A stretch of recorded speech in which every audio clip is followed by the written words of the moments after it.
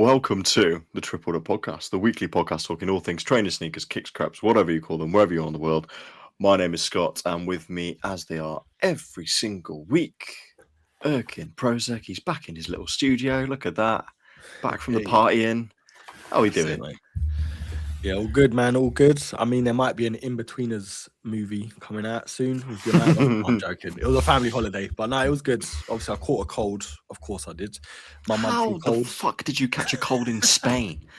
Bro, I caught it here. The minute I landed, it was like whoosh back to reality. You know, like put them shorts away.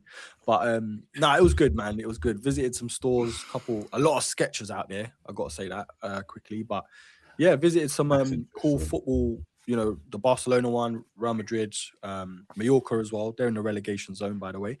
Didn't know that. But yeah, food was good. Vibes were good, man. Obviously, took my little one to his first club.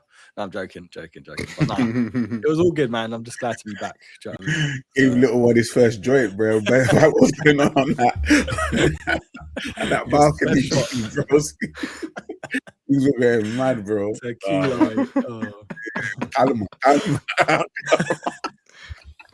Just clarify, we are joking. We don't need social services rocking up to Erkin's house. Yeah, no, we're fully joking. Okay. Just baby chinos over here. Okay. Baby chinos. That's all. Oh dear. But yeah, it's I will preface this. It's going to be an interesting episode because it's been an interesting week coming up, and also an interesting few weeks. It's just lots and lots of releases at the moment in every realm of life. Some making people happy, like Erkin losing his mind at 3 Drake albums, and then some releases making people mad, like Prozek and Jordan Force. But I'd love the fact that you've jumped on the Drake content, Erkin. Oh yeah. I mean, you gotta have a laugh with it. You know what I mean? You gotta have a laugh with it. I mean, bro, I don't know why people get so mad. Like, if you're a Kendrick fan, you can be a Kendrick fan and let other people listen to Drake and vice versa. Like, it's not that deep. These people don't know you're alive, bro. Bro, who cares, bro? Who cares? Yeah. Honest thoughts on the albums, though. Come on, honest thoughts. Take the Drake hat off. Come on. No, I'll be honest. I've only listened to Iceman just because I was in Spain and I've just got back to reality. To be honest, I like what I've heard from Iceman, but I've heard a couple before because I've heard leaks and stuff. I don't know, like I found with Drake albums and songs, they do grow on you. I don't know whether it's because you hear them enough or radio. I've seen that a lot, yeah. But when people literally an hour after release saying, "Oh my god, 3 mid albums, Kendrick's the GOAT," I'm just like, just take it off. The thing is, because I've listened to all 3, right, and admittedly, I'm not the biggest Drake fan. I don't think he's put out a good album for like 10 years. Genuinely. Jeez. I think. Wow, okay. I think his early stuff. I mean, I don't know. It's hard. I mean, there's been some good songs that have come off some of his other albums, but it's been like, as you said, like a radio play single that has just been played over and over and over and over and over again. But then when I think of like actual albums, like, for me, yeah, there just hasn't been much. It's hard. I think everyone's got their personal, like, people lost their minds for Certified Lover Boy, and I was like, nah. I think genuinely, like, yeah, you got to go back to, like, I don't know, if you're reading this, it's Too Late, Views and stuff. You got to go that far back. Like, and I these 3 albums, there's a couple of songs that I'm like, I'm going to hear these a lot. I'd be amazed if we didn't hear the Central C Drake song loads on the radio over here, because I'm not gonna lie, it sounded like Drake wrote a Central C song and then went, we're gonna have to get Central C on this so he doesn't sue us, because it's just his through and through. But I did think there was some interesting lyrics and some very bold takes. I think I commented on yours. Having your mum as the album artwork on Maid of Honor and then starting the first song as Ho Phase is a bold move. Yeah, it's a bit mad, isn't it? I mean, and also I saw a tweet about the albums, because again, the leaks, and there was somebody that was taking the piss on Twitter that was like, "You wait, Iceman, don't call me Mr. Nice Man," as a joke, and then it's actually one of his lyrics. I saw that, yeah. Someone's basically like, it's so easy. He's definitely going to do it, and they put it out there, and he's done it. Yeah, it's That's hilarious. I think my favorite line was something like, "I'm greater than everyone, like shredded cheese." I think that's one of the best lines I heard off the album. To be Like, fair, that's a bar, because I Yeah, remember now I did a video about being great. Oh, yeah. I did exactly the same thing. you should be claiming rights from Drake. I should definitely. I should. Prozex is ghostwriter. Yeah, slightly. Maybe I'm a ghostwriter. Yeah, it's. I mean, I've seen some people really bigging up these albums, and it's one of them, and like everyone's got their taste. But No, I've learned, oh man. boy, I've learned, like, even if I don't like the album, especially like I'm a diehard Drake fan. Yeah, I'm not gonna lie. Like, I went to his first ever concert in 2009. Like, I've been there, yeah. And obviously, he's had his moments where he's been better than other times, and the Kendrick thing, and all of these things. But I've learned, even if I don't like the album, I'll let it sit for maybe a month or so.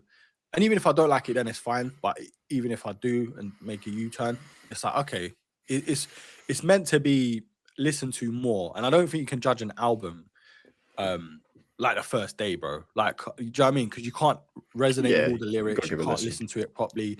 And some songs and albums, they're meant to be listened to it differently, like in the car on a late night drive or a jog or a flight or, you know, just a walk and stuff. But yeah, Iceman, it looks okay so far. Like, I haven't listened to it like properly through and through, but there's a couple tunes that I've heard already though. That's the thing that's annoying, you know. So yeah, I mean, there is a lot of songs about him going after girls and OnlyFans models and parties, looking out for big booty Ebonese, I believe was another line. I mean, look, if you want to like really go like, yeah, you know, this is for my fans, don't give anyone ammunition. Don't do it. Don't do it. I feel like he does it on purpose though, to like just get people talking. Like, he understands. Yeah, it's a marketing ploy. Yeah, he understands the game. You got to give and take, bro. Because there will be memes. You've got to give him a little bit. The amount of memes. I mean, just to clarify, even Erkin, his diehard fan, is coming up with memes. Do you know what I mean? But the thing is, people think I'm going at him. I'm not. I'm literally that person. Like, as soon as I hear that, it's like, that's it. I'm locked. That's every song. So, yeah. Honestly, I saw someone put it, and I was like, nah, that ain't right. And I listened. There was like one song in the first 5 that didn't start with the. Yeah, and I was like, oh, for fuck's sake! Like, come on. And like, also, it's been 2 years. Just stop. Don't mention the Kendrick beef. Like, again, it's been 2 years. Just leave it. Let it be. Do something else. Like, but he decided to take shots at everybody by the sound of it. Like, he's had enough, innit? He's had enough, man. But there are a lot of people that are doing U-turns though. Like, whoever was like going at him, Future's on the album, you know, all these. It's just like mad. But I will say, apparently, from what I've heard, the other 2 albums are a bit throwaway-ish to get out of the deal that he's in. So, well, I've heard that excuse. I mean, it's been done before. Frank Ocean, quality over quantity. Well. Yeah. I like even people that put out albums like every year piss me off, because I'm like, if you're putting out an album every year, it's not. I can't imagine it's going to be that good. But yeah, I did see. There was a few people that I saw saying, "Oh, you know, yeah, he's taking shots at all the people that have come at him," and I'm there like, you look at the list of people and you think, at what point do you think maybe you're the problem? Facts. Like, not gonna lie. So obviously Kendrick, we know he took shots at Kendrick. LeBron, I'm not gonna lie. I mean, LeBron is deemed as, for some people, the GOAT in basketball. Like, there's an argument there. Jay-Z, again, pretty high. I mean, the man's got songs that's actually put in like the Library of Congress for cultural significance. You've got DJ Khaled, Rick Ross. I'm pretty sure, did he go ASAP? I think. I mean, the man's married to Rihanna. ASAP and Rihanna. Like, just to leave that one out. Yeah. Like, J. Cole, even because of that whole thing. J. Cole, Pusha, Dr. Dre. Like, I'm not gonna lie. You're taking shots at some people's like a list of like goats, and you've got Sexy Red doing the cha-cha slide. Like, it's the sport, though. Horses for courses, man. It is the sport, though, isn't it? Like, with rap, Facts. It's Even a if sport. say you start off as a rapper brand new, like MC Scotty, Too Hotty, yeah, and you're rapping, automatically you got an op, you got an enemy Straight away. just because you want to have so something to talk competitive, about. bro. So I think it comes with the sport, and obviously Drake being deemed. That's a as the long GOAT. list though. that's a long list of like goats. It's like if you were taking shots at like I don't know, trying to think of like I don't know, Little Baby, I don't know, someone like that. You're like, fair enough, yeah, that's fine. Like no one cares. I feel like when you start taking people at like Pusha and Dr. Dre and Jay-Z, But like it's probably better people to maybe change.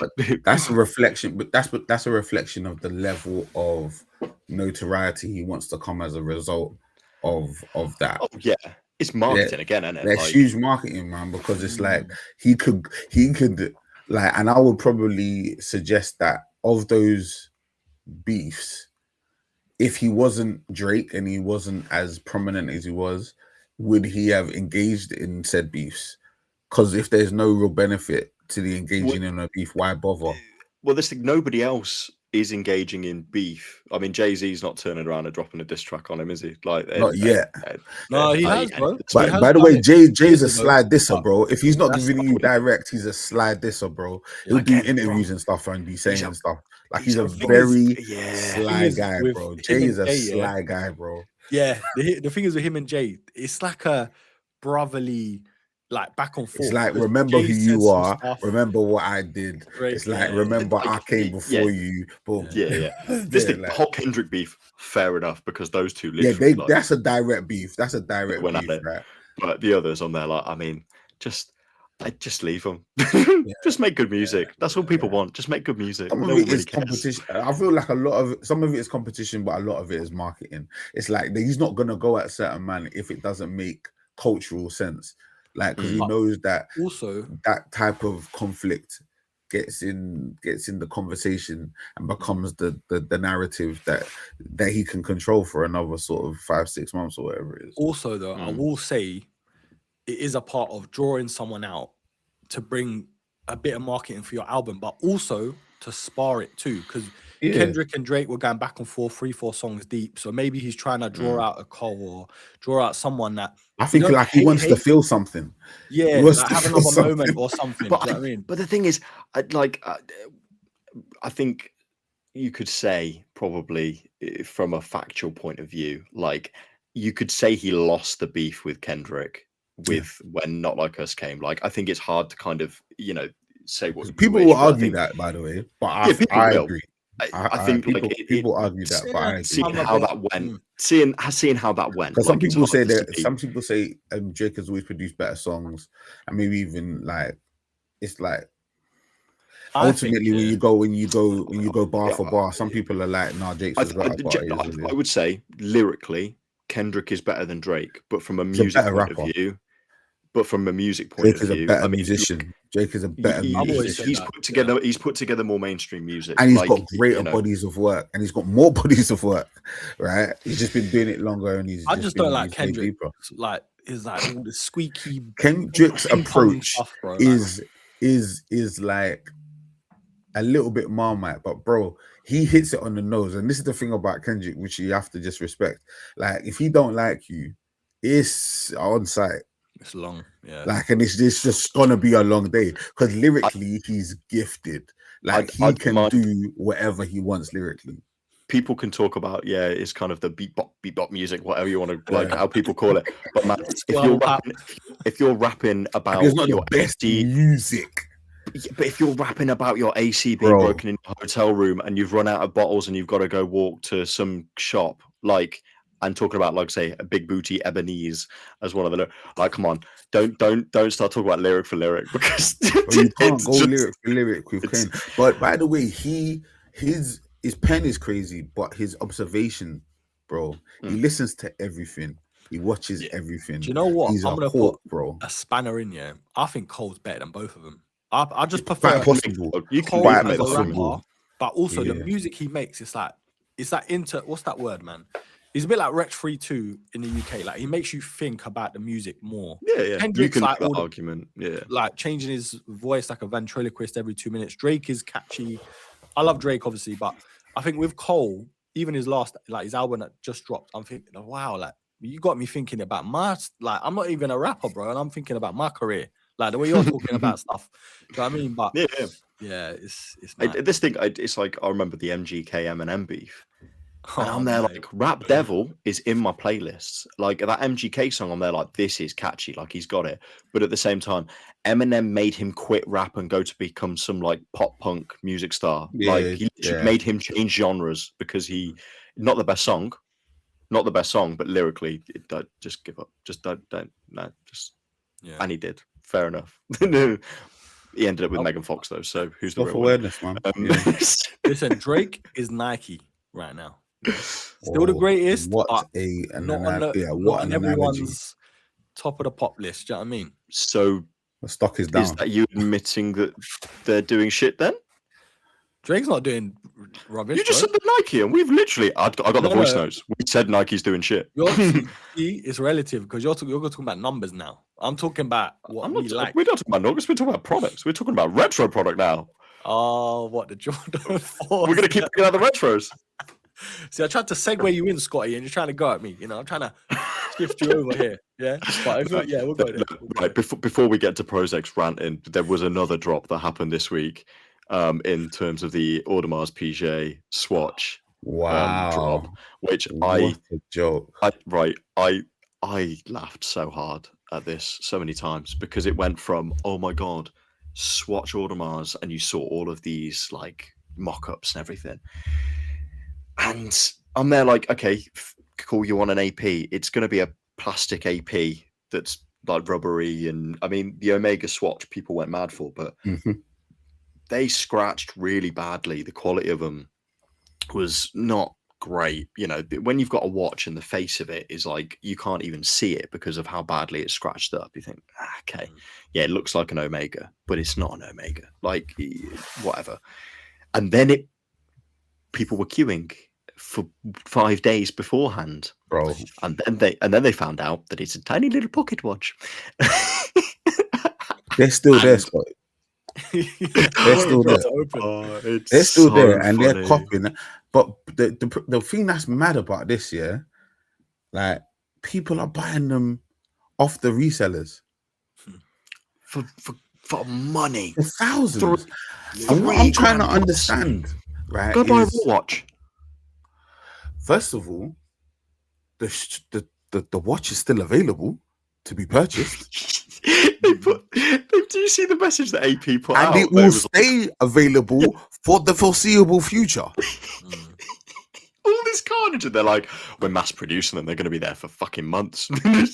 Like, because this is what happened with the Omega. It was the Moonmaster, right? This is what happened they were selling that. I was telling my friend they were selling that watch for like 2 or 3 years. Like it was on rotation. It was there. It was available. Like, and it did amazing for Swatch. They made a massive amount of money. Right, and it did great for Omega because obviously with the collaboration, it elevates them. But this, like, and I appreciate what you're coming from because obviously, like, when you say like plastic AP, but the truth of the matter is, whether it be because of the music that we've listened to growing up or whatever, AP is just one of them ones where it's just like, if you can get an AP for free 5, bro, go get an AP for 3.5, legit AP. Yeah, just go do that. And I was on that wave, bro. I told my missus, I showed her, and she was like, yeah, we kind of have to do that. Then it comes out that it's a pocket watch. I said, yeah, allow me, bro, because the thing is, you and your 3-piece shit with your little AP. Come on. I can pull it off. It's not a question about that. No, I was saying, but no, we're not in it for the 350 Labubu AP collection. Like, bro, what am I doing? You get me? In the same vein, I don't want to get a AP and then rely on some fake watch strap contraption from China to put it in that devalues the AP that I've got, which is already a lower grade AP in the first place. Like, so I'm like, miss me for the whole thing. What just surprised me, right, was the fact that number one, when people saw it, they didn't leave the line, right? Because on Monday, I was on a different wave. By Tuesday I went into work and I'm like, mate, I'm coming into the city on Saturday because I'm getting this watch. Right. By Wednesday, I saw the watch and I'm like, ugh, that's a hard pill to swallow, bro.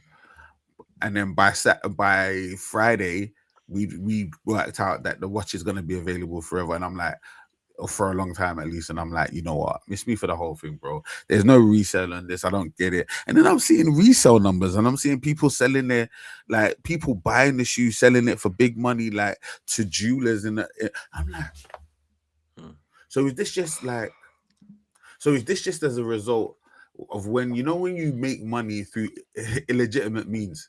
Is this just you just having money burning a hole in your pocket that you can't spend correctly, that you have to just spend in a rubbish way, right? And you're just like, how can I use these ill-gotten gain money, right, for anything? And this is it. Is this what it is, right? Is this money washing? Is this money laundering at this point?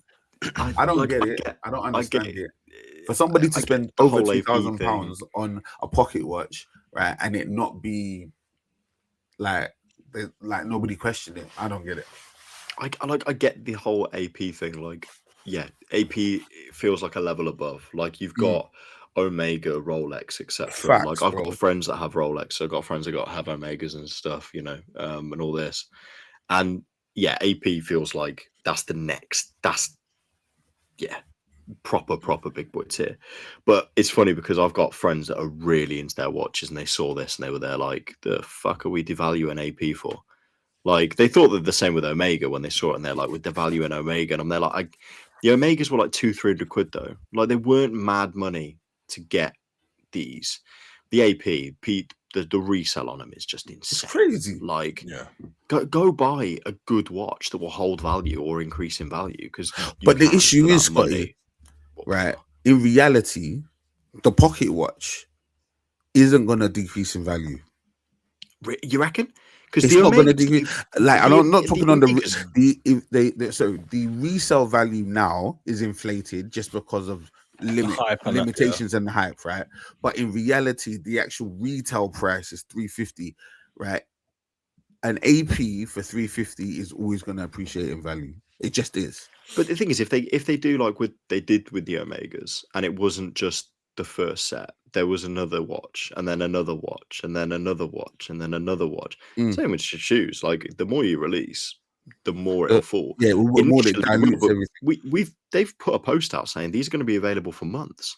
Absolutely. Well, if they're available at retail for months on end and are going to be there for ages, the retail will just sit as they are. Whether they will go up in time, maybe, but you have to remember, I can't see it being that much. From Swatch and AP's perspective, they only care about revenue, bro. They only care about the retail price. Right? It makes no difference to them. Swatch are the only winners in this, aren't they? Yeah, 100%. No, my theory though, AP are winning massively because AP are touching a generation that they would never ever. I guess ever have, and the thing is, don't you think it dilutes it though? Like a little. No, it doesn't dilute it because ultimately these brands are segmented, right? Also, Swatch is bigger than AP. Yeah, I mean, Swatch is an umbrella company that owns a huge amount of companies. I get that. Right, in that regard, but like in reality, in terms of watch for watch, AP is elite, right? It's one of the most elite watches in terms of brands, right? It's I think it was their head of or their CEO, their new CEO. They were like, we want to tear down the walls. We want to make it slightly more accessible because we want to reach a new audience, right? And this is the way you do it. You utilize another brand that has a massive amount of respect, which is Swatch. Swatch has got a huge amount of respect in a different demographic, yes, but it's a huge amount of respect within watches. They make good watches, affordable watches, right? So you're in good hands, right? For lending them the shape of the Royal Oak, giving them part of the movement that enables them to work off it, and it just being one, like, they don't lose. Their name is ringing in everyone's lips for the first time in decades. The other something just came to my mind that I forgot, and I heard this. Once the watch is out of warranty, they will never touch the watch again. You know, the thing about APs and the thing about all of these luxury watches is like the warranties are long, because the movements are specific and fragile, and they need to be looked after, right? There are only certain places that you can get things looked at and sort of fixed or whatever, and it's been made very clear that both Swatch and AP will not service these watches after the warranty period, and they won't service them at all. Actually, they will just replace. So if something breaks during the warranty period, it will only be replaced. It will not be corrected. So if your watch goes wrong outside the warranty period, you're gonna have to go to my man to go and see if he can sort you out, because they ain't gonna sort you. This is the thing though, and this kind of links back to stuff that we've said before. Like, we're saying that, you like, for example, Prozac's saying it doesn't devalue AP. I would argue it probably does, and people that own APs are definitely saying that it's devaluing them. And they are. You know, it's like for people that had the original undefeated, right? The original undefeated 4. Like, everybody that got the new undefeated 4 last year is going, yeah, it didn't devalue the undefeated 4. Of course it didn't. Everyone that had the original undefeated 4 is gone, you fucking brick my shoe. What are you doing? So this is the thing in it, and I think obviously AP, yeah, fine. You know, it gets loads of people wearing APs potentially. Swatch, big winners, because like I say, absolutely. How many people are going out and buying Swatches unless it's for an Omega or an AP? Really, like, they obviously sell a lot of watches in different markets, but yeah, I thought that the queues and everything for them and that were just ridiculous, bonkers. Man. Ridiculous. It's just like, again, I think we said this on another podcast. Fucking behave yourself. Like, come on. Everything got shut down, bro, as well. Yeah, a lot of them got shut down, man. It just got mad.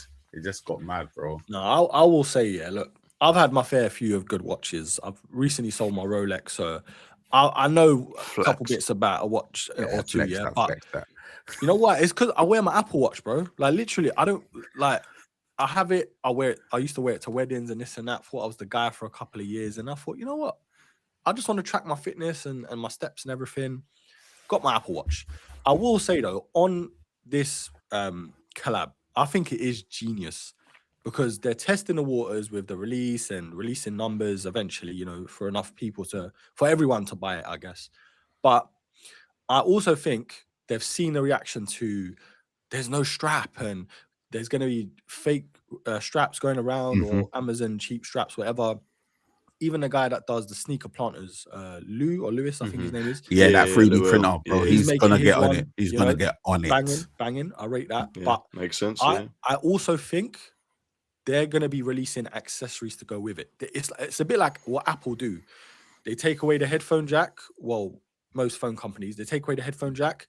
They give you AirPods, so you're still paying more. So I think eventually there's going to be more accessories and colorways and everything to go with it. So I will say it's genius in that sense.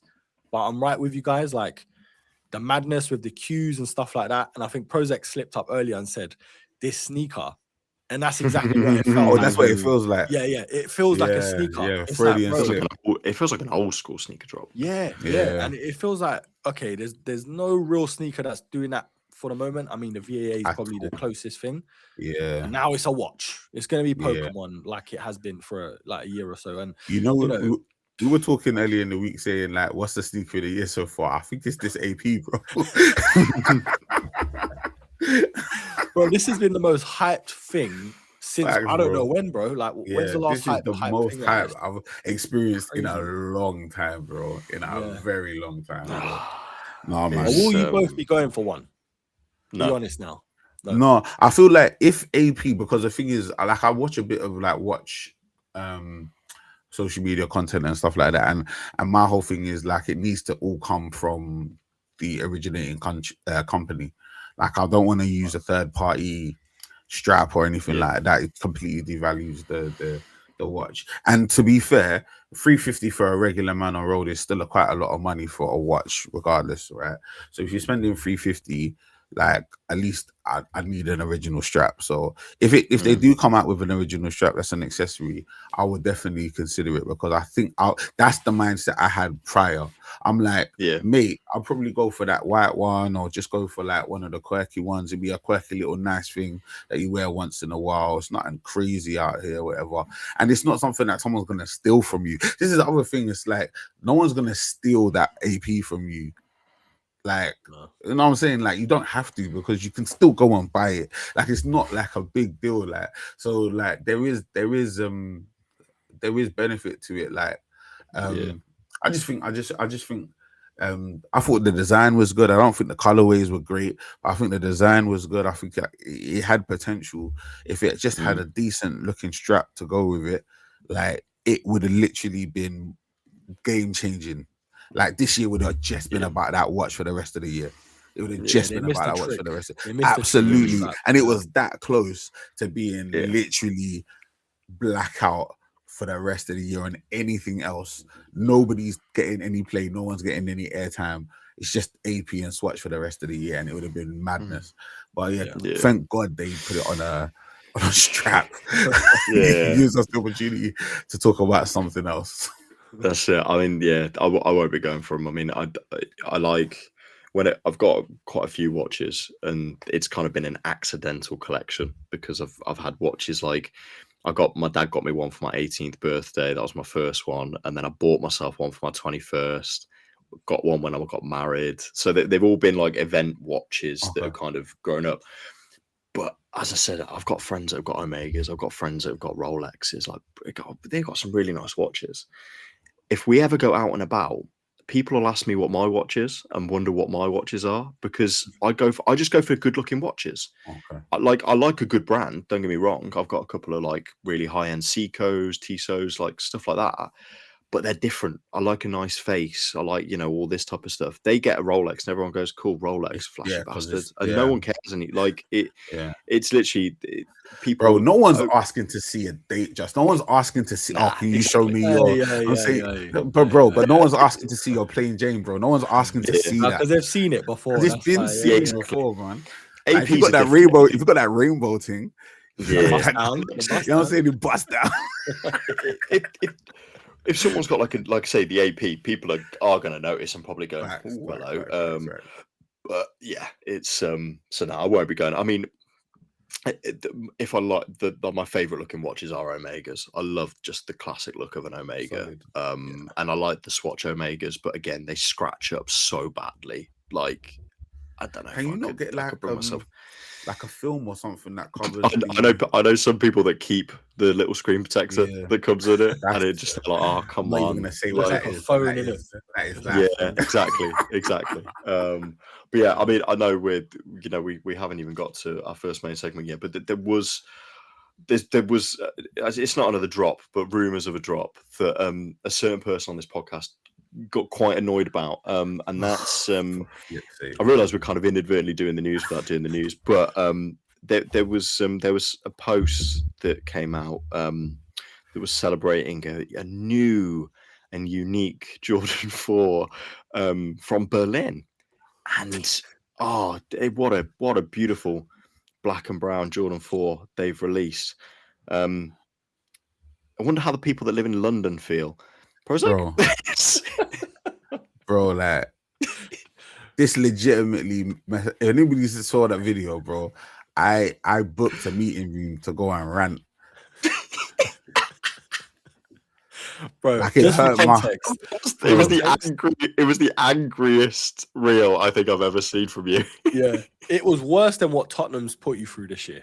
Facts, bro. Like, it's max. And we're hanging on, bro. We're hanging on. Common IDZ. But like, bro, remember at the beginning of the year, we literally listed out the shoes that we're like looking forward to this year, and that was top of my list. Where is it now? A brand, bro. I don't even know if it's a real shoe, bro. At this point, I don't know what it is. It might as well be a hologram, because the truth of the matter is, right? If you come out and say, bro, we need to honor and respect like London, bro. Their contributions to the game, bro. That's a big city, man. Fashionable city, hustlers. You get me, hardworking grinders. You get me, people out here doing hard work, man. Just trying to earn a living. Like, yeah, we're gonna give you your Jordan 4, bro. The most poppinest Jordan, we're gonna give you your one, bro. Throw LDN on the back plate as well, man. Let everybody know, man, that LDN's in this piece. Yeah.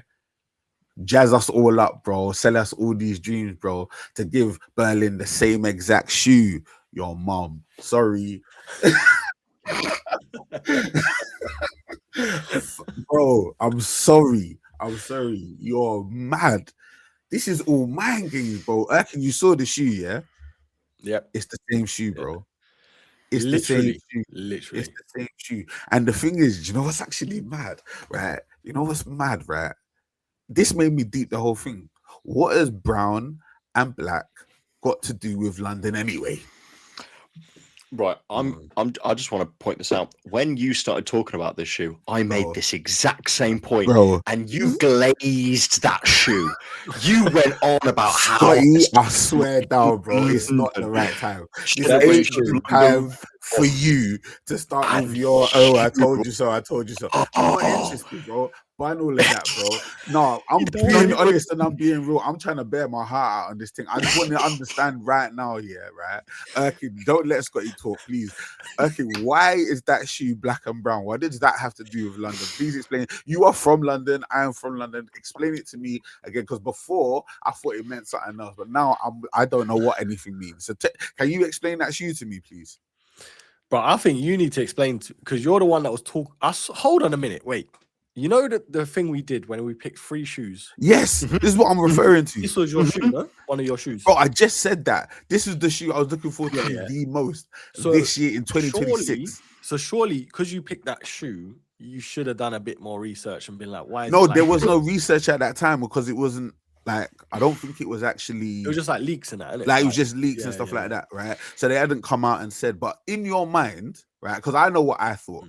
Right, and I can confirm what I thought. In your mind, yeah, when you saw that shoe, what did you think in terms of, okay, how does that represent London to me? Just be honest. I didn't think so much of what it referred to. I just thought of wearability, and because it's a darker shoe, because of the breads and the the rain and everything. Yeah, why not? Cool. I was thinking, it's dark, these dark London streets, boom, boom, boom.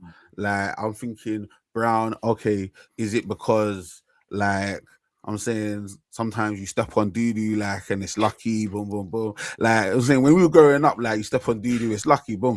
Right? All of these different things. So I'm going through all of these things in my head, and I'm like, these are deep cuts for London, like, but like, boom, it's London. It's got LD on the back plate. Like, we're good, bro. You get me? Finally, some recognition, bro. I'm just selling myself dreams, bro, because they got the same thing. The deepest thing about this for Berlin, I feel like Berlin's shoe is more legitimate to Berlin than our shoe is to us, because they've got the black bears or black cats or whatever they've got in Berlin. That is a real thing. Like, I had to research it. I think it's called the black bears. They've got the black bears in Berlin. Like, that is a thing. So them having a black shoe with brown hits, it literally matches that logo, word for word, bar for bar. And I'm like, I don't know. I feel like this London shoes this London shoe's getting more and more legitimate. They've got angry black bears. We've got a very angry black man that's going on this shoe at the moment. Yeah, but you know what? That was very good. That was good. I still prefer the Londons, though. No, don't get me wrong. I think the London is a better shoe, but I'm just talking about what does it represent, respectfully, because we're still in the world where we don't understand why there's pink on the Brazil Jordan 3, right? Yeah. So we're in that mode of like, tell me why it makes sense, make me understand, right? So I'm in that mode, bro, and I'm like, basically they gave Berlin the black cats with a little splash of brown. That is the brown bears, basically, or the black bears. Those are the black bears, right? Makes sense for Berlin because they actually have black bears, right? But our thing now has been thrown into disrepute. They brought the game into disrepute, bro, because our thing is literally illegitimate. It has no reason to be a black and brown shoe to represent London. Right. There's literally no reason now. Prozet, one sec. So according to AI from Google, Okay. the Jordan 4 London is a highly anticipated city-inspired sneaker featuring a moody, dark color palette. Yeah. So I guess, like you Prozet's said, moody. Yeah, I guess like you said, the design is crafted with premium nubuck and suede to reflect London's urban, gritty atmosphere. This is according to AI and Google. Kind of in line with the dreams and the spin I was saying. Like, and the thing is, remember what I said earlier this week here, right? This is peak Nike storytelling. Yeah, bro, this is it, bro. Nike storytelling is jazz with sunglasses on, bro. It's all banter. It's vibes right now. They are killing us. They sold you a dream. Now, do you know what? And it's so annoying. Don't get me twisted, yeah. I need to see the shoe. I want to see the shoe. But I'm actually just pissed off because of the fact that, like, for a moment, I thought what this represented for London. Like, and this is not just me, and I'm speaking on behalf of a lot of people. Shout out to Peasy because he was the one that essentially broke the news. But it was like, from my perspective, he's the one that brought it to my attention.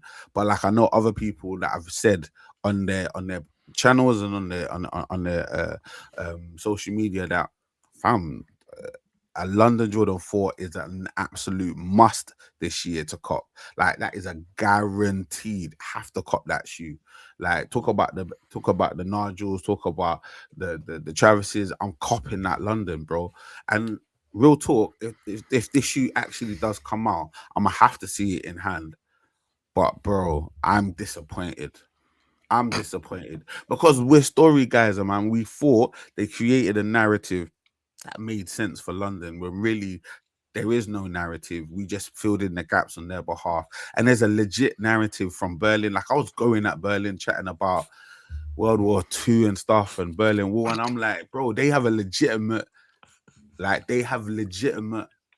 shoe, bro. They have a legitimate shoe. Their shoe looks exactly how it should look. They're not creating a World War Jordan. This is not the time.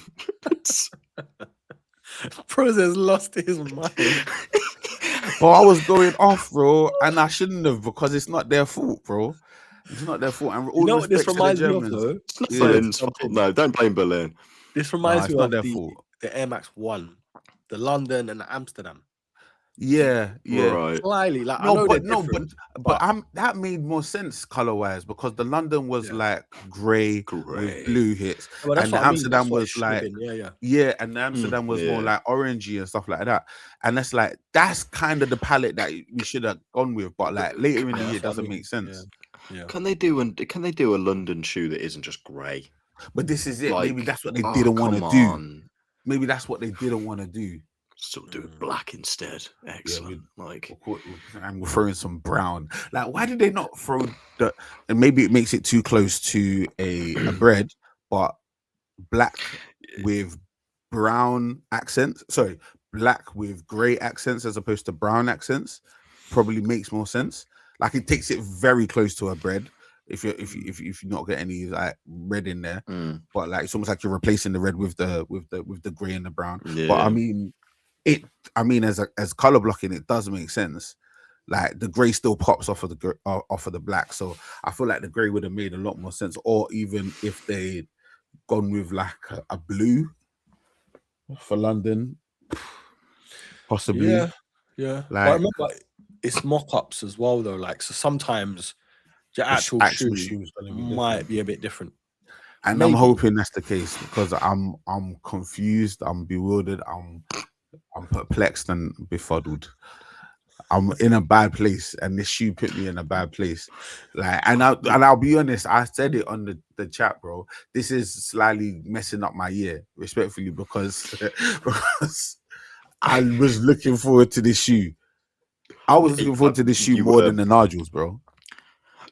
So I've got the post. I've got the post up from the 3v3v3 battle that we did of rumored sneaker releases, and we're going to talk about a lot of shoes on this post. now. Now, I did ask our listeners to send in some questions, and they gave us loads of questions, but I'm looking at the time and realized that we've ranted for nearly 50 minutes, and we have a very interesting triple up, or should I say quintuple up. So I'm going to go straight to that, and we're going to keep the questions for next week, because I think there's going to be a lot to talk about in this section as well. So on that, let's give Prozek a second to calm down while we pass over to me for this week's triple up, quintuple up.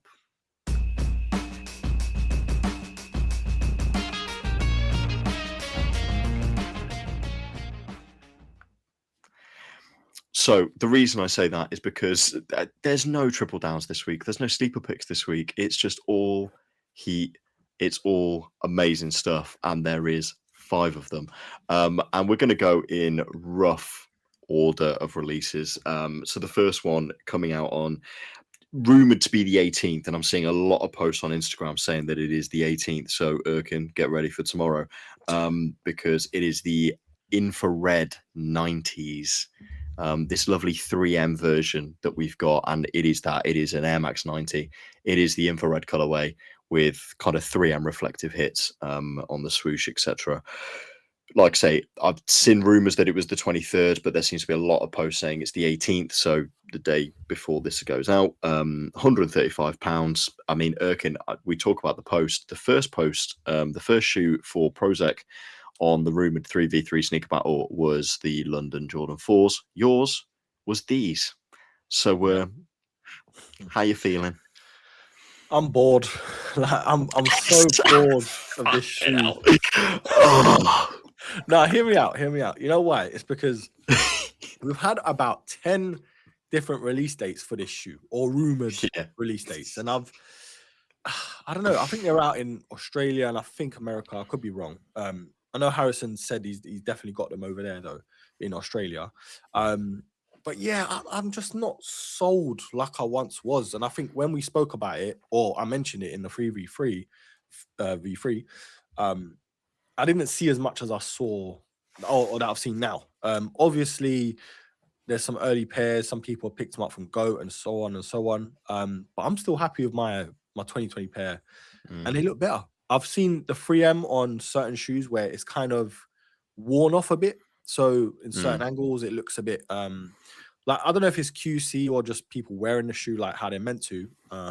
Yeah, I don't know. Like, I'm not as excited about it now as before, just because I've seen the shape, I've seen the panels. They do look like an infrared. Like, they haven't changed that much apart from obviously the 3M and a little bit of the shape.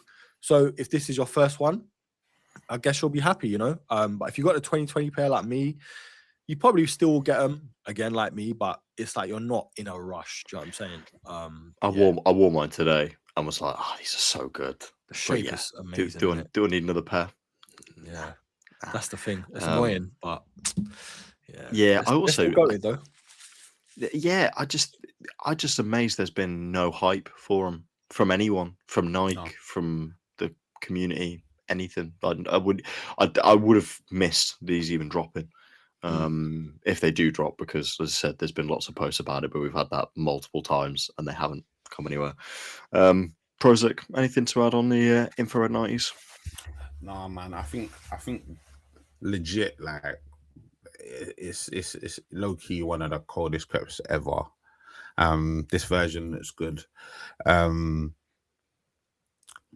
It's just because of how much stuff is happening, it just falls down a pecking order for me. Like, I feel like this is potentially, I know this is everything's up this week, man, and I'm loving the energy, Scotty, man. Keep it going. But this feels like a sleeper to me. This feels like a sleeper to me. Yeah, it feels like a sleeper to me. No one's chatting about this it. Is a It's sleeper like, though, can you? Yeah, no, you can't, because it's legitimately one of the ones. But it's like nobody really can put their finger on whether it's actually gonna drop or if it ain't. Like, it just feels like, and it just, because it's so well known, there's been so many versions. It's like, can you get up for it? And also, like, we've had recent versions as well. So it's like, can people get up for it? Whoever wants 90s, because 90s are just underrated criminally anyway. Like, they're just underrated criminally. It was their anniversary last year as well, wasn't it? I think. Yeah, exactly. Yeah, like zero love. Like literally, like I don't remember. I know like a couple of 90s came out. I want to say a couple of 90s came out, but nothing of note. Yeah, From standout what I remember. was the Patters, wasn't it? I think that was it. Yes, Patters last year. yes, absolutely. The two Patters that came out, but like, boy, like criminally underrated. This is one of the goats of the 90s. So yeah, it's a great shoe. Can't ever hate on that shoe. But yeah, it's probably sleeper level for me. But yeah, let's see if it actually comes out. That's bad, isn't it? One of the, well, arguably one of the GOAT shoes of all time as a sleeper. Damn. But we'll move on to the next one. And rumored, and this is a very strong rumor, that there'll be a global release on the 21st of May. Raffle has ended for these, unfortunately, so we missed out. But the next shoe up is the Asics Times Earls. It's a double pack with these. The trainer is the Gel Cumulus 16 Asics model.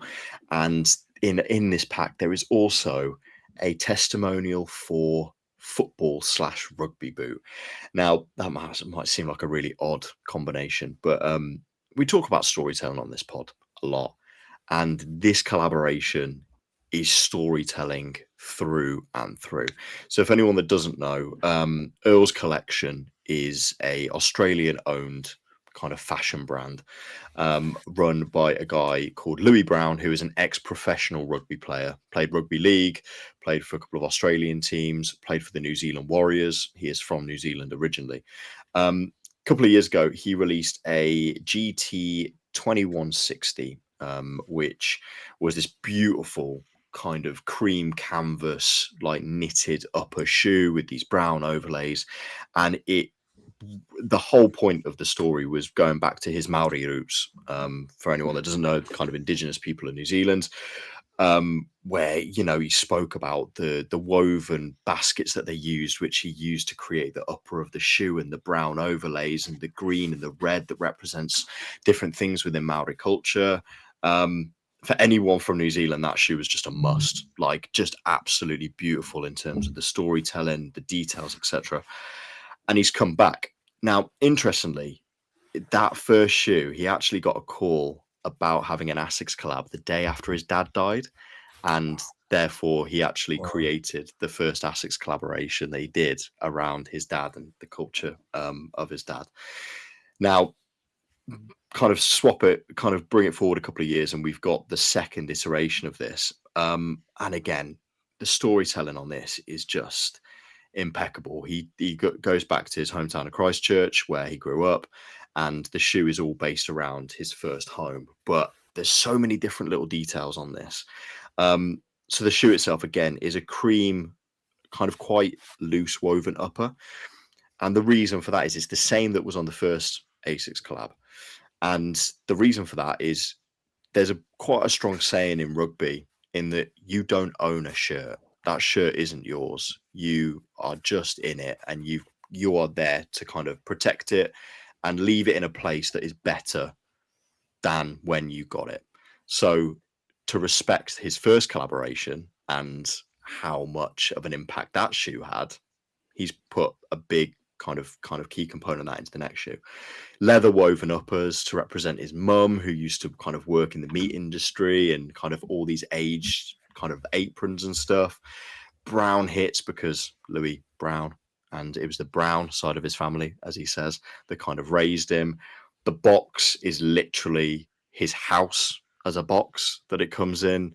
All of the extras, all of the lacing, like go find articles on them and reviews, because there's just so much detail. The insoles are literally the carpet that he had in his home that he grew up in. Like it's that is that kind of the level. And then the football boot is very plain, simple white leather football boot with kind of the same laces to link the two together. But we talk about storytelling, and we talk about the looseness and the reaches that some brands go for storytelling. And then you've got this that is just it's such strong links to kind of home and life and family, etc. Kind of puts others to shame. Not to mention, it's a good-looking shoe, and I haven't had an Asics for a while, so I'm quite happy to get these. And bearing in mind, Nike is obviously the big boy. Someone was saying that Asics was actually their most worn shoe last year. Who's that? April Fools. But no, I mean, obviously, there's a lot of story here, but obviously you have the shoe itself. What do we think about it? It's not often we talk about Asics these days. Yeah, I mean, look, the Gel Counter 14 for me is still, even this year, my most worn shoe. Like, I love my 95s, but there's so many of them in my collection, I sort of spread it out. But the Gel Counter 14s, Metallic Plum, and the Ironclad, both of those colorways, even in Spain, I bought a pair to wear because I knew, steps and whatever else. So Asics, I even put them above New Balance in terms of what I like, because I love that metallic, where they're not doing too much metallic hits on it, but they've got enough, A shoe like this, though, it doesn't come around too often. Like the storytelling, the shoe itself, really nice, love the brown and black hits. I would have preferred a little less white on the mesh. That's just a selfish standpoint because of obviously London and Manchester. I think it's going to be a bitch to keep clean. Yes. Yeah, exactly.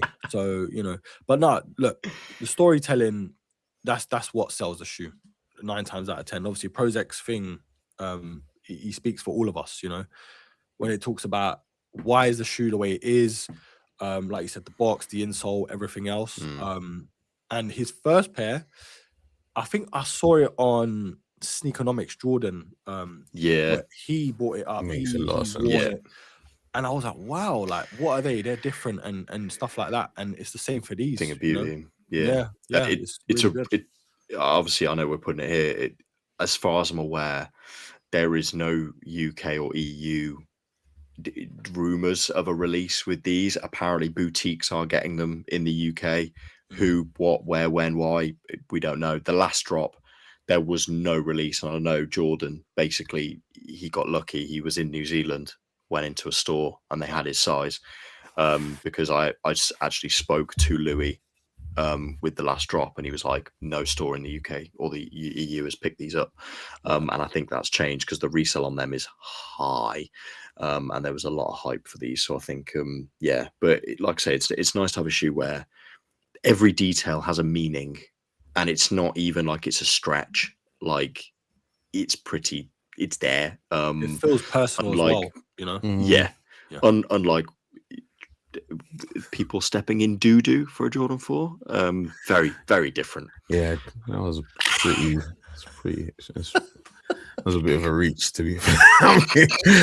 I mean, I'll give my 2 cents on this. I think ultimately, this is what we want from our collaborations, man. It feels personal, it feels interesting, it feels relatable. Like that carpet, I had that carpet, respectfully. I had that carpet. That carpet looks so familiar to me. Like it's actually sick, bro. Like, and having that as an insole makes so much sense because like I wasn't allowed to wear shoes in the house. So my actual feet, my bare feet would have touched the carpet. So it makes sense, like whether you're wearing socks or you had bare feet, like that detail alone, bro, is what we are missing from a lot of the drops that we get. Those types of details, those types of personal touches, like it's just well thought out, it's well delivered, and it feels authentic. And you can't fake that. You can't fake the authentic. You can't fake that because we've seen and gone through it all. Like we understand it. Like there is a price you have to pay as a designer to be able to deliver something this authentic, right? And it can't necessarily be replicated too many times. It's like we were talking about. I don't know whether it was on air when we were talking about it, but we were talking about albums. If you're dropping an album every year, it's like you haven't even had time to live. So it's like these kinds of things, whereas like it represents such a deep part of your life.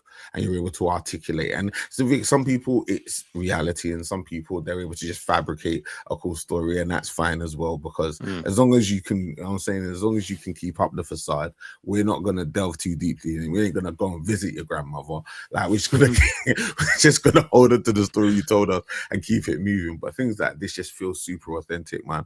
And shout out to Louis Brown for smashing this. It's a little flex from Scotty earlier. I don't know if you caught that, man. He said, I spoke to Louis just to confirm, boom, boom, boom. And I'm like, hey, Scotty, man, chill out, bro.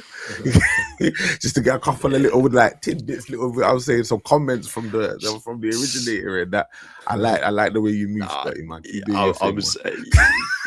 I mean, all my family live in New Zealand, and that's a cold move, man. They are all farmers, and they have absolutely no interest in clothes or shoes or anything. So even asking them to try and get a pair of these and send them over, they'd look at me like, what are you on about? So I was like, I'm gonna have to go direct to source here to see if I can get my hands over here, and unfortunately we couldn't. But yeah, I also think, like, as someone that was an ex-professional rugby player, transitioned into fashion, got a collab, and then went, let's do a rugby boot. Like, it's pretty cool that you can go, yeah, I'm going to design a rugby, and then he's gifted it to loads of players, you know, that kind of play at professional level. I know obviously we have footballers that get football boot deals, but it's because they're still playing football. Yeah. So it's quite a cool little thing that we managed to do there. So yeah, really nice, something a bit different, kind of releasing this week. And then we're going to bring it to the third drop of the week. In terms of, again, you would think this is a big one for Erkin, but whether it is or not, we shall find out, because the Air Max 95 Comet has a official release of the 22nd of May, £175, mind. It was talk that these were an Atmos exclusive at one point. Obviously, maybe it was just an early drop Atmos. But yeah, Air Max 95 Comet, an absolute, I mean, a legendary shoe, you know, fan favorite. Yeah, first kind of retro we've had in years and years and years and years. Yeah. Picking a pair up? I'm bored. No. You know what? I'm feeling these, but again, I sound like a broken record, but white midsoles and 95, like, it's just you know, they talk about sneakerhead icks and stuff, like, or sneaker icks or whatever. That's kind of one of them. Like, it takes a special shoe for me to overlook it. Like the SBs, the Cactus Flower, I've got those, and I'm not saying they look the same, but they do look awfully similar. You know, not to put them, you know, side by side, because the Comets are the GOAT, or one of the GOATs. You know, and they are. Look, they're a great shoe, great colorway, but I just don't need them. You know, they're great though. Of course, any 95 guy or gal is defo picking this up if they haven't got the previous versions or anything similar. I just think we're sort of 95'd out for the moment. You know, it is a shame. Well, is obviously Lorenzo, we've spoken about it before, but this was meant to be his thing with Atmos.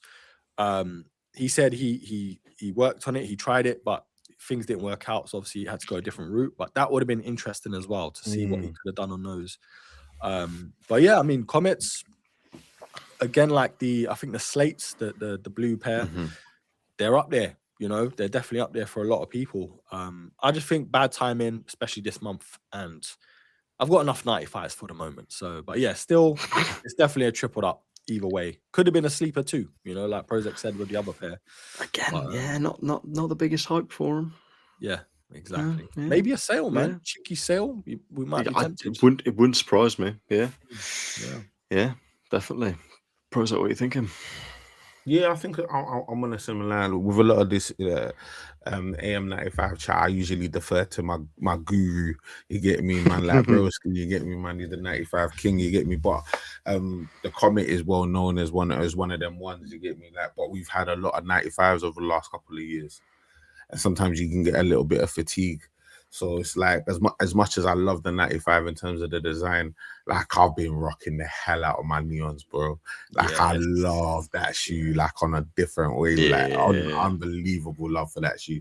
Like, but like, that is the third or the fourth 95. Actually, including the Lorenzos, like this is like the 5th 95 that I've bought in the last 2 years. You get me, like, or year and a half.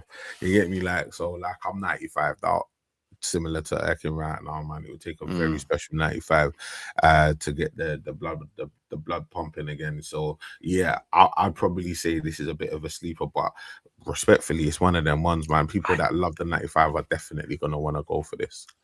It's insane, isn't it? We've put the Comets, the Air Max 95 Comets and the Infrareds as potential sleepers. It's crazy work, man. It's crazy work, man. But it shows the levels of the shoes that we're dealing with right now. In this particular week of May, like we knew May was going to be a problem for a while. To be fair, we knew it was going to be an issue. This is it. I mean, again, looking at the 3v3, I mean, Erkin had the Air Max 95, the Air Max 90 Infrareds at the top of his list. Prozek had the Neon 95s and the VAA Alaskas on the list, which he managed to get both of them. So God, we are coughing out here, bro. So you've just got the London 4s to get now. And now we move on to a shoe that was on my list for the 3v3. It was at the bottom of the list, mine, but it was on the list. Is the Air Jordan 4 Nigel Sylvester brick after bricks. Yeah.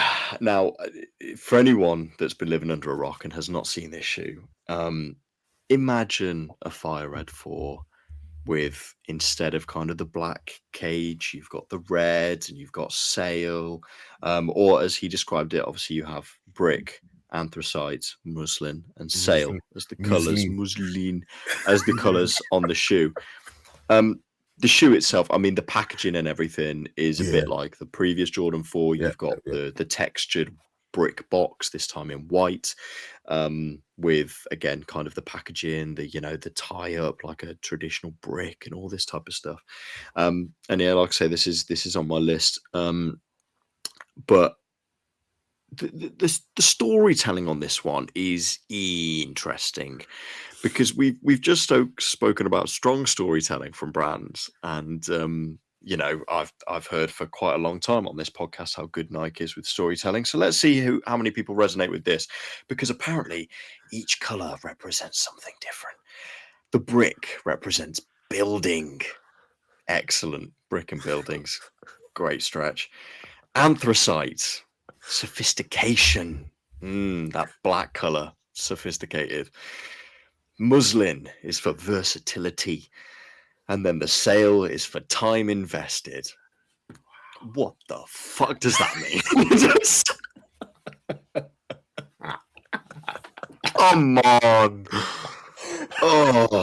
So there goes our chance ever having Nigel on the pod. Bro, nah, man. He's killed the whole game in one moment, bro. We were so close. We were this close. There is a big story around the Brick by Bricks and how I never managed to get that shoe, right? Yeah, and it is one that has evaded me. The brick after brick looks great. It looks really good, but I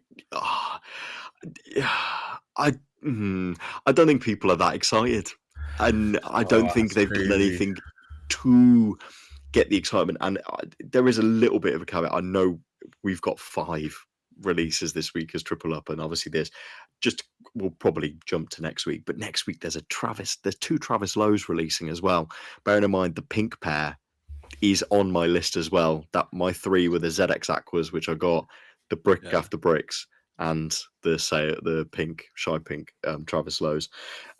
I can't afford all of them unless I'm starting an OnlyFans or selling a kidney, so I'm gonna have to make some harsh decisions. But I was really excited for this shoe, and I like the shoe. But now I'm looking at it and going, right, Jordan 4s aren't particularly comfortable. Apparently, I've seen the reviews of these, and apparently they're not that comfortable. So whether they've just decided we're not going to do the same technology that we've done previously, I don't know. And then the story with it's actually almost put me off, where I've gone, if I've got a white and red shoe, do I need another one? don't know. So I'm kind of a bit like, do I go for them? Do I not?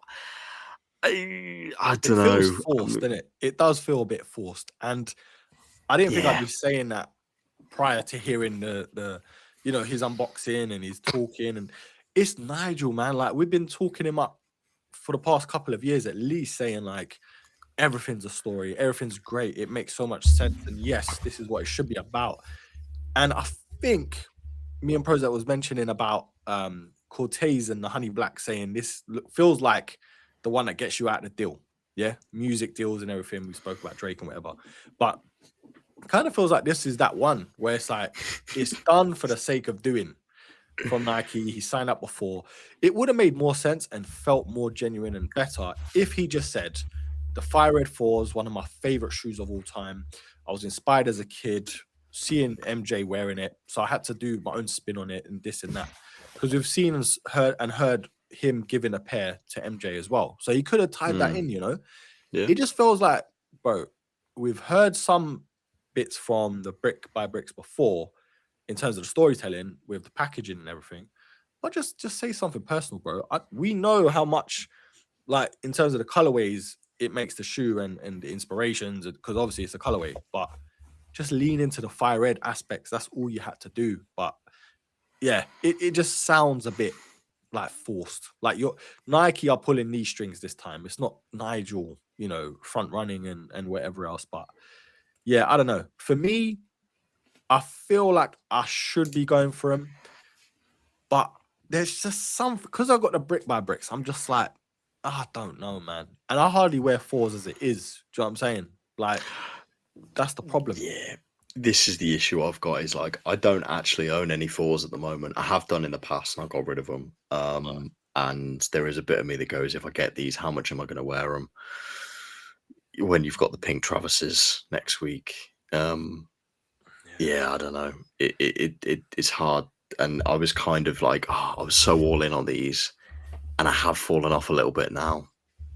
It kind of makes me sad. It is, yeah. It's not fun when you get your hopes up for something, then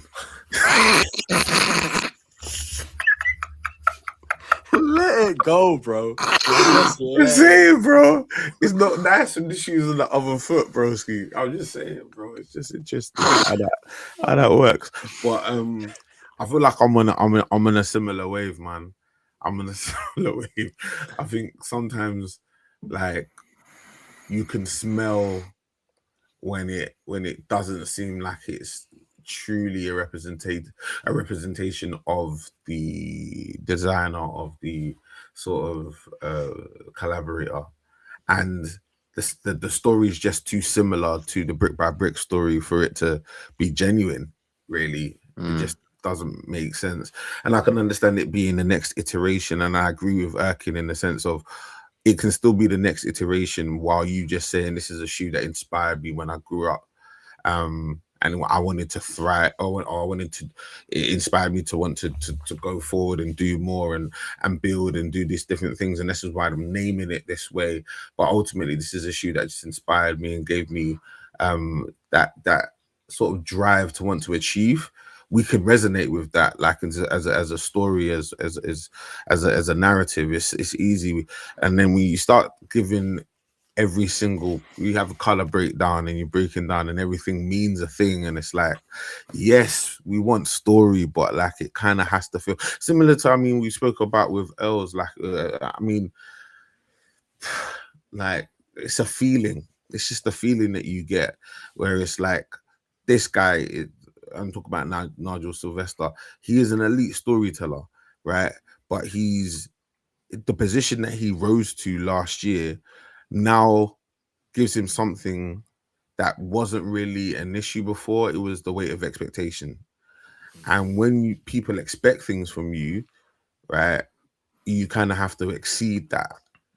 And I don't necessarily think the shoe's a bad shoe. In fact, I think the shoe's a great shoe. I think the shoe looks good. I think it's an elevated version of an already classic shoe, right? And I think that's enough in terms of selling the shoe. I think it's an elevated Fire Red 4. Like, it's the best Fire Red 4 you're probably ever going to get, right? This is a great shoe. You get me? Like, so like probably still go for the shoe. I was never massively sold on the shoe. Right. I thought this shoe would be a cool shoe. And I definitely want to get the shoe in hand, but I was never massively sold on the shoe like I was the Brick by Bricks. The Brick by Bricks was one of them ones. And I think, and I'm just going to put it out there because I'm an open book, bro.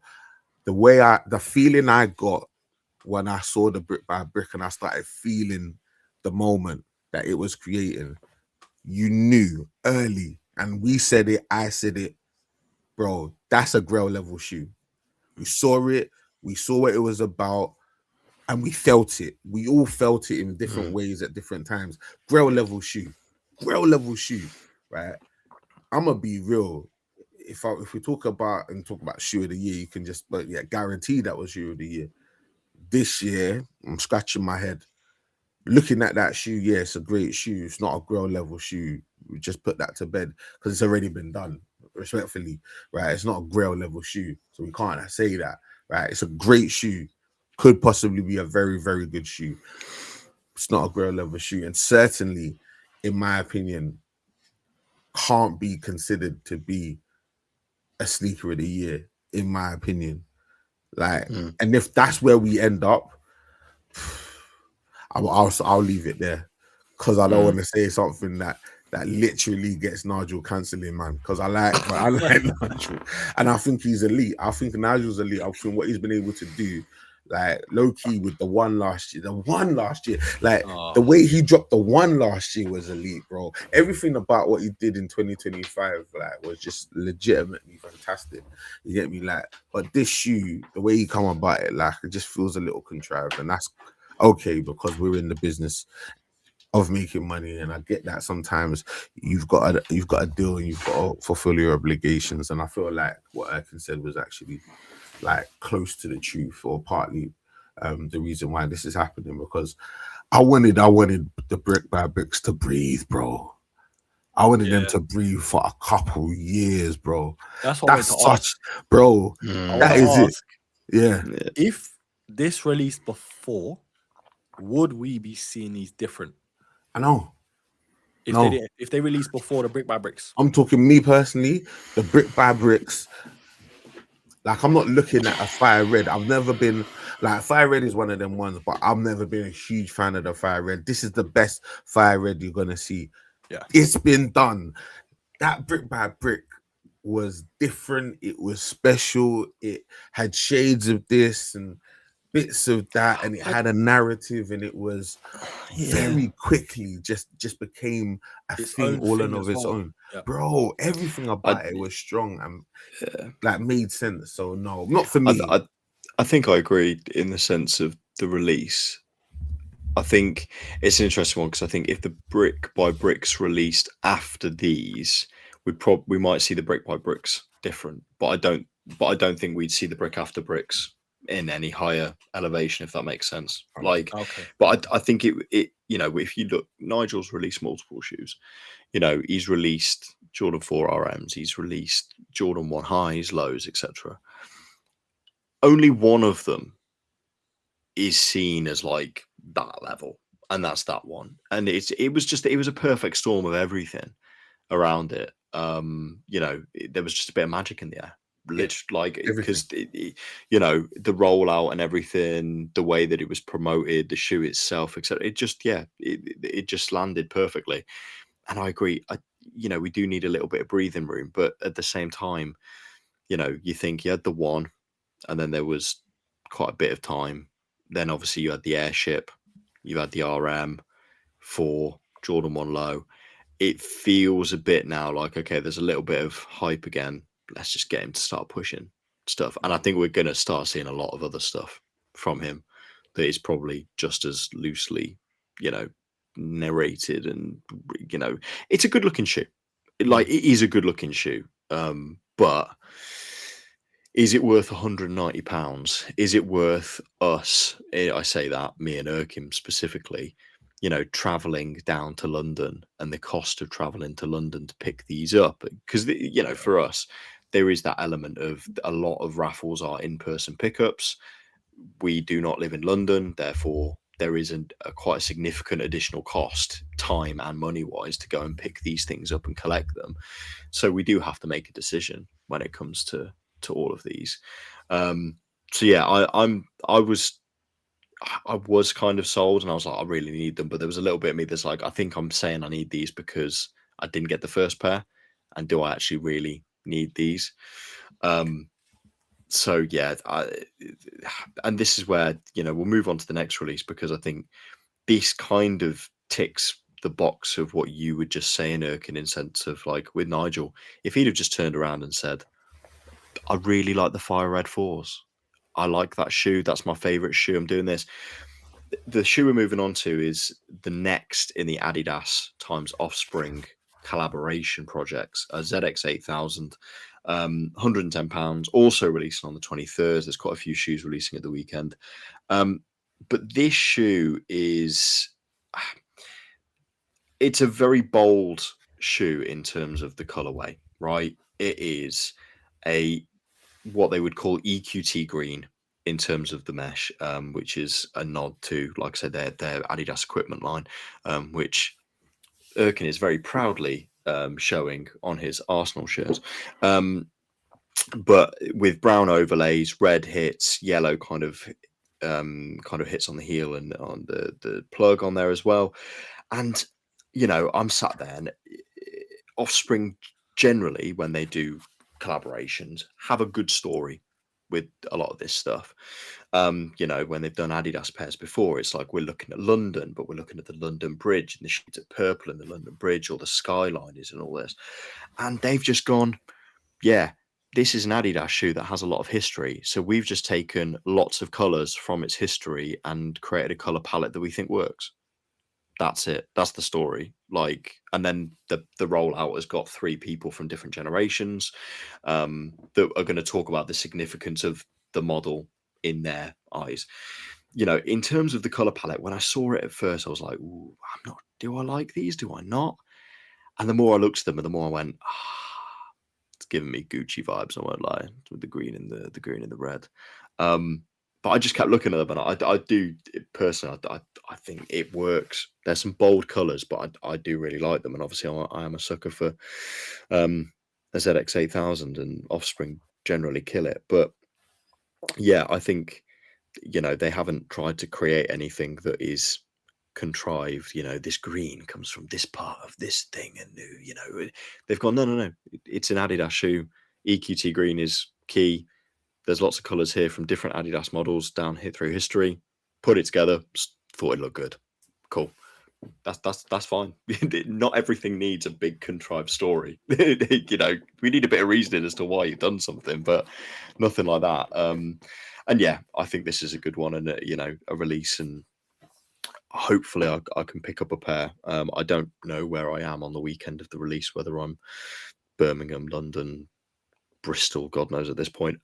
So hopefully they might kind of either stick around online, or I might be able to bump into a pair in store wherever I may be. But obviously Adidas on the up at the moment. But the thing is, this is weird, because I wouldn't have thought I'd have been more into these than the Jordan 4s.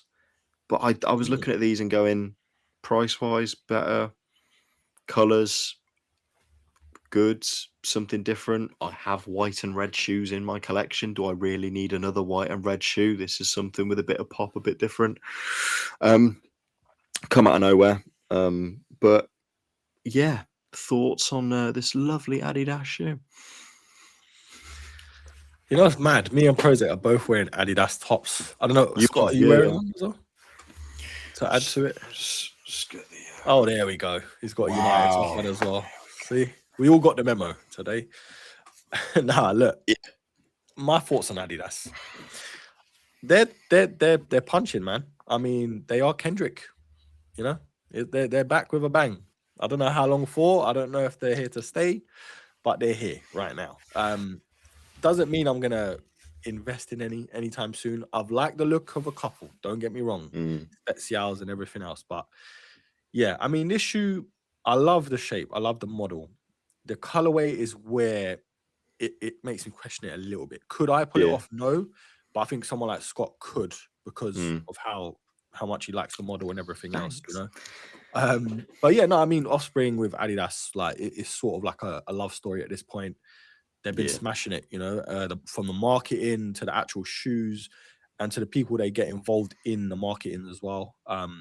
Yeah, they're doing amazing things. And who knows, man? And Adidas and Offspring might be one of my first pairs, you know, I'm pointing it out there. But yeah, they such a great collaborator. Yeah. Like, I think they're probably one of their best. Overkill, who have literally just dropped 2 Germany World Cup pairs released with Thomas Muller involved in the rollout. 'Cause obviously, Germany are moving from Adidas to Nike, so these are going to be the last kind of German-inspired pairs from them. But yeah, I'd say they're good, and it's a good model. It's super comfy as well. Adidas models, even without much technology, do seem to be kind of more comfortable than other shoes. But yeah, I think like I say, the colorway, this was always going to be a Marmite colorway. Some people are going to like it, some people weren't. I mean, look at it; it's pretty bright. But yeah, you know what, Scott? Give me Gucci vibes. Like you said earlier, the price just sways you, even with the colorway. Like, even if you're not sure of the colorway, you're thinking for 110 quid, maybe with a student discount on top or whatever, why not? Do you know what I mean? You could get these for less than 100 quid. Yeah. Like, exactly. Why wouldn't you? And I mean, just on that, I know we say Adidas are killing it, but both of our teams have just released their kits for next season, and we've had some kind of retro stuff. They've done a damn good job. They've done a very, very good job. I'm still not sure how I feel about teams releasing kits and playing in them the season before. Like, United played in theirs today. I can't lie, your stripes on your thing, it's very like they're quite chunky. They're quite big. They are massive, yeah. But either way, we won in it. It's fine. So there we go. I mean, we haven't spoken about football at all, and we will talk about this issue. But Prozek's got to be slightly happier that West Ham lost. Slightly? No, that's not slightly. That's massive. But they've got a decent record at St James's. But you've just now got to win tomorrow. Yeah. Like, actually, probably enough. Yeah, it would be enough if you just 2 draw. points in it. I think. Yeah, it would be enough if you draw because of the goal difference as well. Like we could just draw against Chelsea and potentially even lose against Everton, and it would make a difference. I literally have 2 friends that are Newcastle supporters. Like, and probably people listen to this are like, how in the world does bro have friends that are Newcastle supporters? But like 2 of them went to the university in Newcastle, so they actually support Newcastle. I literally messaged them this morning. I was like, boys, have a word. We're locked in. Yeah, lock it fully in. Like, go on, get on the blower, speak to Eddie. You are chatting to everybody, aren't you? Bro, I'm pulling strings. Last week it was me. Bloody strings. I'm a team player, bro. I don't know what to do. It's funny because you're going to be messaging a Jossie because I think Leeds in it. I already did. Oh, bro, I already did. There you go. I really did. Because you know that was going to be the way that it was patterning out. Yeah. Imagine if the tables had turned and West Ham were in a good space and obviously Leeds are already through. That was fitting out to be the get rid of Tottenham derby, bro. Because Leeds were definitely gonna lay down, and West Ham are gonna win that game. You get me? Like, just have a little fun in games at Tottenham's expense. Last game of the season, make it meaningless. Boom, boom, boom. Right, by the grace of God, it sorted itself out, and I fancy us to maybe not necessarily win, but I fancy us to get something from Stamford Bridge. You get me? Like, so as long as in our final 2 games we get a point. You get me? And the way we've played in the last 4 games, we've got 8. I fancy us to get something out of it, and Chelsea are not. Look at the pep in his step he's got. Yeah, man. Like, bro, but I'm a changed man. I was never super cocky, boom, boom, boom, all of that stuff. Like, and I bantered, bro. I'll put it out there. I bantered last year because because it was due, bro. Respectfully, it don't happen every year. Pull out the reels. I'm saying like it was. I had to banter last year because Champions of Europe, it don't happen every year, bro. Like we have to do what we gotta do, bro. The game's the game. Don't play about the game's the game. You've had your fun this year as well. Don't get it twisted. Not yet, bro. I can't look. We ain't got a silverware yet, but you know. No, but you know what I'm saying? Like it is what it is. Like, and even I'll put it out there, bro. I don't begrudge Arsenal winning the league.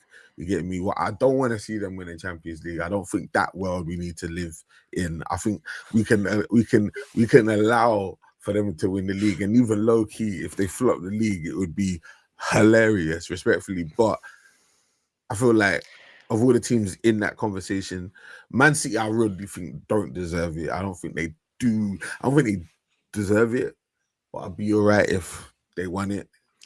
You get me, like, but ultimately, we are going to get Prosek's thought on this Adidas after this tangent, but we can get a little shot in on Erkin, aren't we? Can't we? Because I mean, Jose Mourinho has proven that the Invincibles is not really that important, hasn't he? Where he went invincible for a whole season and got third. Not that. Just means nothing. I mean, Erkin knows himself. Erkin knows himself. That whole invincible thing it's a bit. I mean, it's been blown up. It's been blown up. Brother, I mean, I think Xavi Alonso basically did. You're talking about two farmers leagues, bro. Have you seen the conspiracy theory around Arsenal, which I find very interesting? Arsenal haven't conceded a penalty all season and haven't had a red card all season, right? Not a single one all season, right? Bearing in mind, Gabriel headbutted somebody. Let's just get that out. Unbelievable. Did you see the head of the Premier League, what he said at the beginning of the season? Yeah. We have a strategic plan to ensure that a new name is on the trophy every 6 years. And everyone's now like, well, now we know why. Here they go. You know what? When you got friends like just before you jump in, Erkin, I just want to say a couple of things about what happened at West Ham, and I was happy with the result. Don't ever get it twisted. We had a deal, and you held up your end of the bargain, man. So did the refs, bro. Declan Rice literally speared two players into the goal right behind. Trossard wasn't even looking. Trossard's not even looking at the ball. Gabriel's holding the West Ham player in place while he's got his arm in there. He's on the floor. Locked him. Gabriel's on the floor. On the floor, locking the West Ham player in place. So he can't move, right? It was Royal Rumble. It was unbelievable what I was seeing. And then ultimately they got to the point where it's incredible that Arsenal do that to team. Arsenal teams do that to all season, and it's like, yeah, it's fine. And then the second Raya gets a little touch, foul. Like, Raya was fouled, but everyone else was fouled as well. Anyway, what do you think about these Adidas shoes? Nah. You ain't talking. What do you reckon? I'll lock this whole thing off. Listen, shut the whole thing. Did you see Mbeumo's goal? No, Mbeumo's assist to Cunha today. Yeah, it was a handball. There you go. So you get them just as much as we get them, just as much as anyone in this group. Hold on a minute. Not single penalty or red card, and you headbutted somebody. Gabriel headbutted somebody. I'm not finished. Did you guys remember that season where the Newcastle ball went out of play? Mm-hmm. And then suddenly, after that incident, VAR can intervene and say that the ball's out of play now. Yeah? Mm-hmm. Just an example. How many times have Arsenal been wronged? Yeah, the 2 yellow cards with Martinelli. This season. I don't care about this season. I'm talking about other seasons, bro.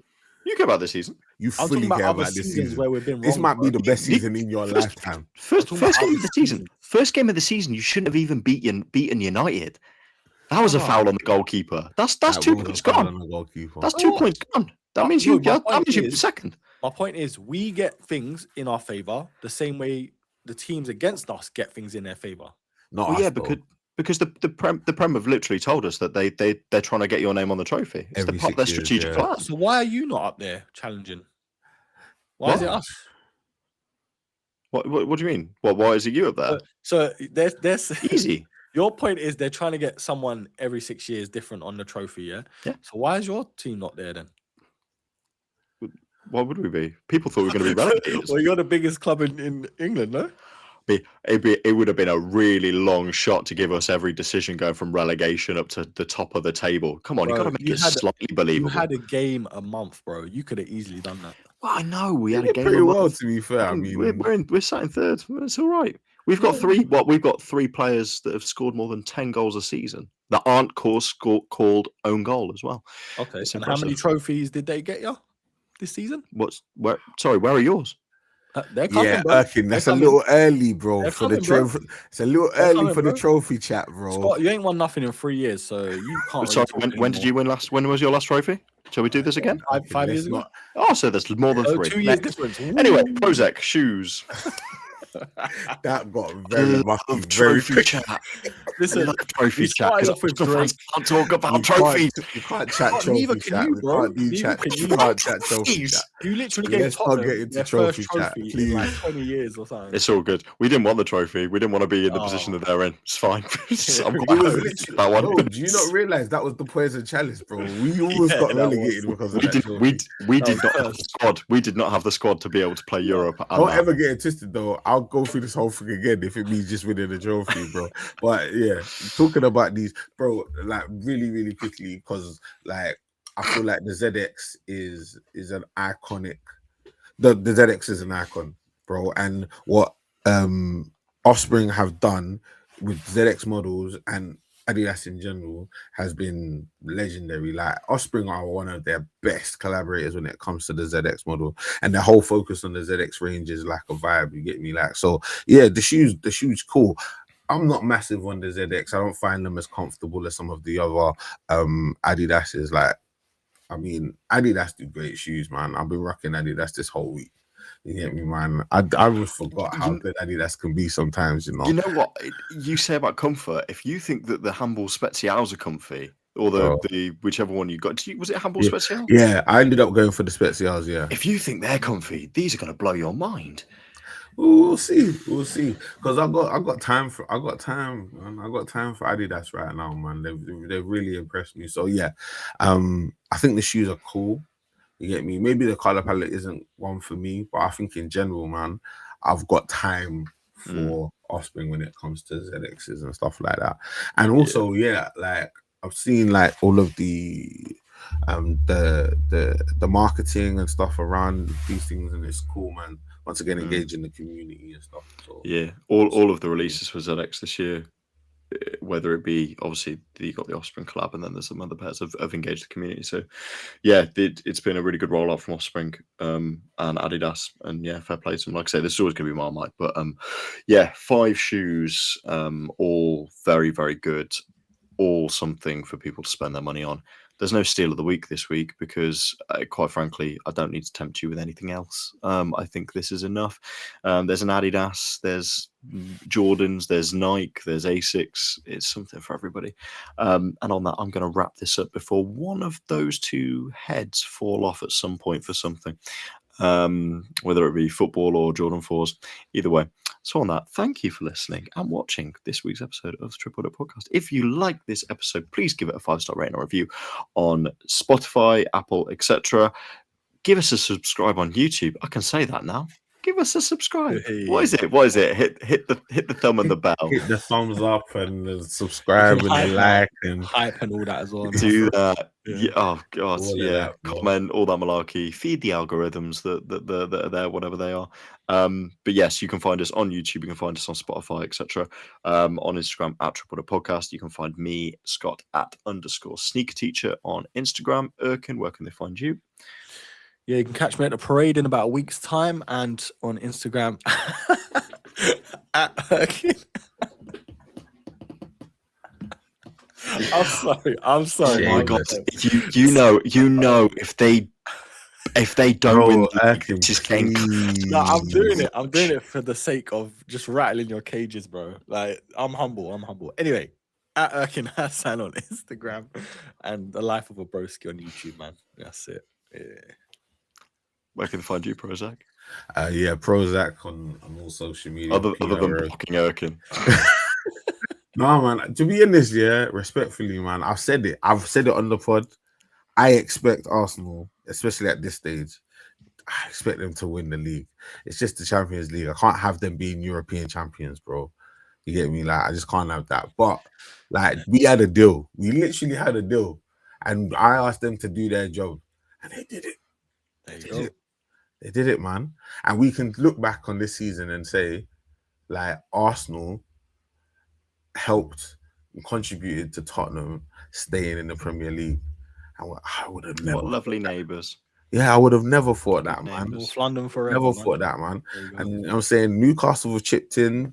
You get me? Shout out to Brentford as well, chipping in as well. People doing their job, you know, just respectfully, just you doing got to their do your job. own job now. This is Yeah, it, you man. do. We Last got to do. week, You got to do. Leeds Leeds are a good side. Leeds are a Nah, good they side. are. They won again If today. if They're a good if side. if, They're not- if we're they're not putting jokes. if we're putting pleas out there, like we got Brighton next week.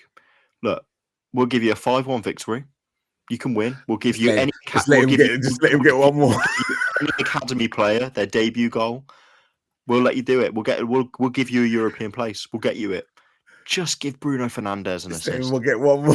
Just let him do it. Why not? He Bro, should have today- had like 5 today.